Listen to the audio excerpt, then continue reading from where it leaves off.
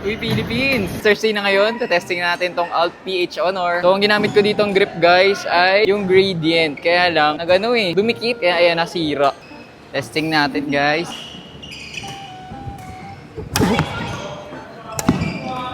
Gaan neto. Walang control. Baba ng tension.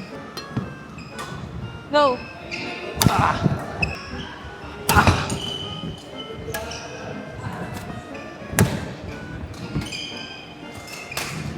Ay, tama!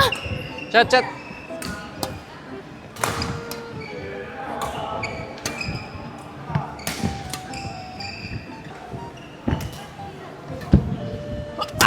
So guys, nagamit natin overall. Feel na feel ko talaga yung pagiging even balance niya. Mas magaan siya compare sa head heavy. Siguro ang downside lang talaga yung stock string. So next week, paparestringan natin and update ko kayo. So mga curious at makakabili nitong nag-iisang raketa sa buong mundo guys, Philippine flag inspired. Diyan lang sa yellow basket ko sa baba at lagay ko na lang sa first comment ko yung link.